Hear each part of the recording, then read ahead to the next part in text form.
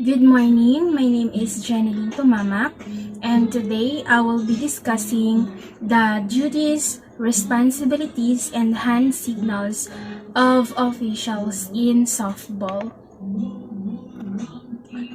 So, softball officials and their duties. Softball officials are known as umpires, and each has a different responsibilities depending on where he covers the field.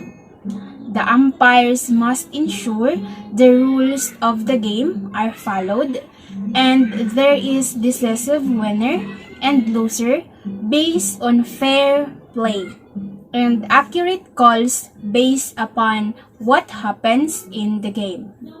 So the first official is the home plate umpire. Umpires working home plate in a softball game have the most responsibility of any umpire on the field.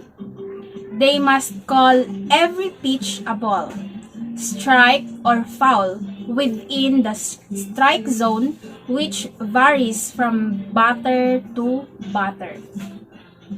This requires the umpire to pay close attention to each pitch and the number of balls and strikes with each batter, as well as how the pitcher pitches the ball and whether he is doing it legally or not. They must also pay attention to other rules pertaining to batters and catchers. For example, making sure batters stay within the batter's box when they are hitting. Catchers don't interfere with a batter's swing, and batters don't interfere with a catcher trying to throw base runners out.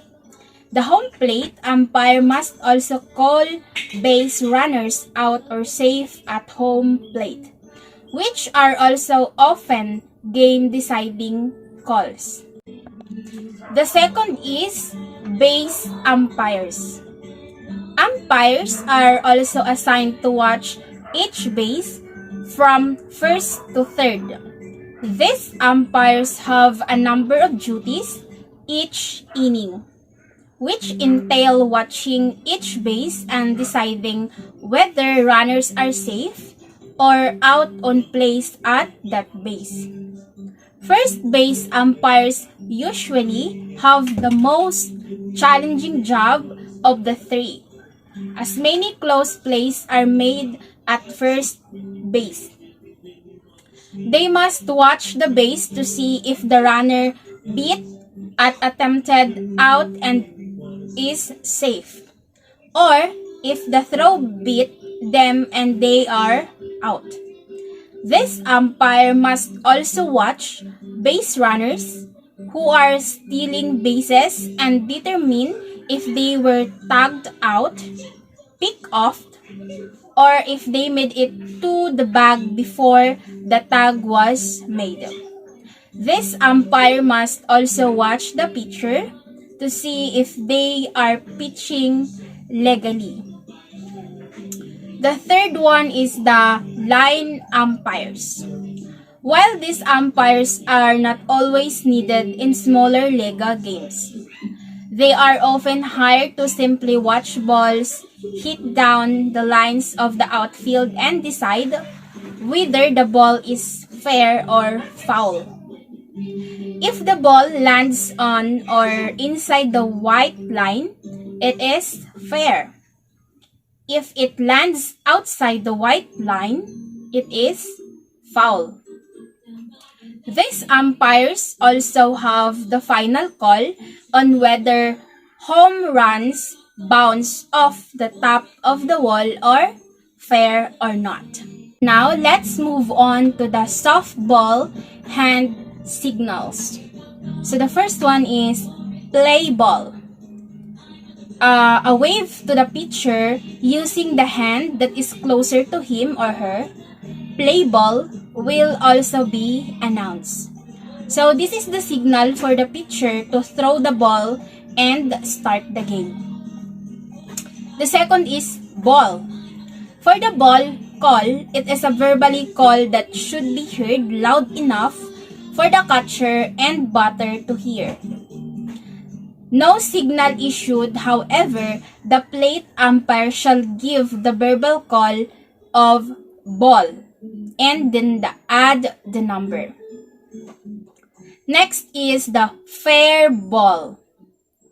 So it is using the hand that is closer proximity to the infield.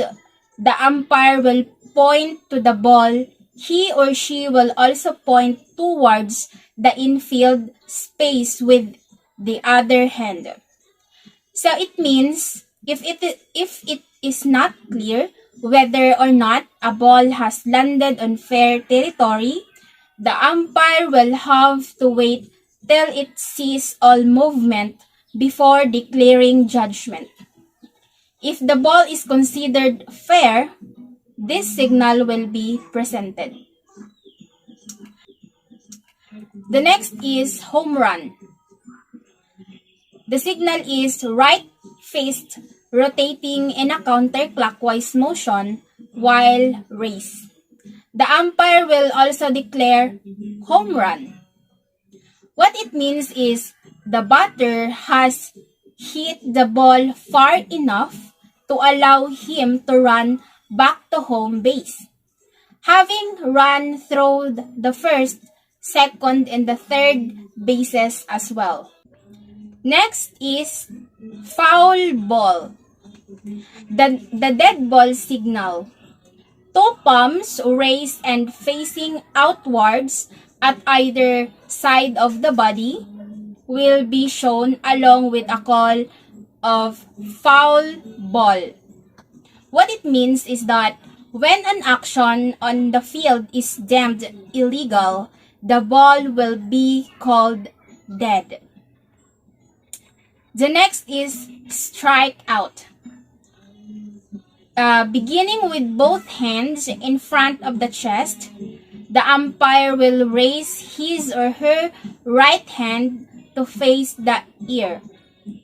Following that, he or she will form a clenched fist and put it back down, resuming the originally position by bending at the elbow. What it means is a strike happens when the batter misses a pitch. 3 strike becomes 1 out. Next is trap ball or safe. The signal is arms spread out at the sides, forming a horizontal line, thumbs down. The umpire's decision whether trap ball or safe will be also announced. What it means is that trapping occurs when a ball hasn't been caught properly, hitting the ground before the player catching it can scoop it up. It is up to the umpire to make the final decision whether or not the ball is safe or trapped. Next is time or dead ball. A signal is a clenched left fist stretched out at the side. What it means, a live ball refers to a ball that is in play. When the defensive side commits an error, the ball should be called dead. However, if the offensive team is already running and has a chance to score, the ball's so-called death may be delayed. The next is double. A signal is right arm is put up, displaying 2 fingers along with the call 2 bases. What it means, the batter has hit a fair ball that eventually bounces out of play but manages to run fast first base and reach second base before that happens. Next is infield fly. The signal is right fist displayed along with the call infield fly. What it means is, if the umpire decides while the ball is in the mid-flight that the defensive team will definitely be able to catch it easily, they will call the batter out under the infield fly rule. Next is foul tip. The signal is bringing the fingers from both hands down to meet in front of the chest. The umpire will follow the foul tip signal with a strike signal by putting his or her right hand to face the ear, then folding it back down at the elbow with a clenched fist. No verbal notification will be given. So what it means, when the batter bats a ball straight into the catcher's hand, a foul tip occurs. This is counted as a strike and the ball remains in play. Next is count. The signal, the umpire will show the number of balls using the fingers on his or her left hand and the number of strikes with the right. The numbers will also have to be called out loud too, starting with the number of balls, then the number of strikes. What it means is, this helps to update all the players on what is going on in the game. And that's all for today. I hope you learned something.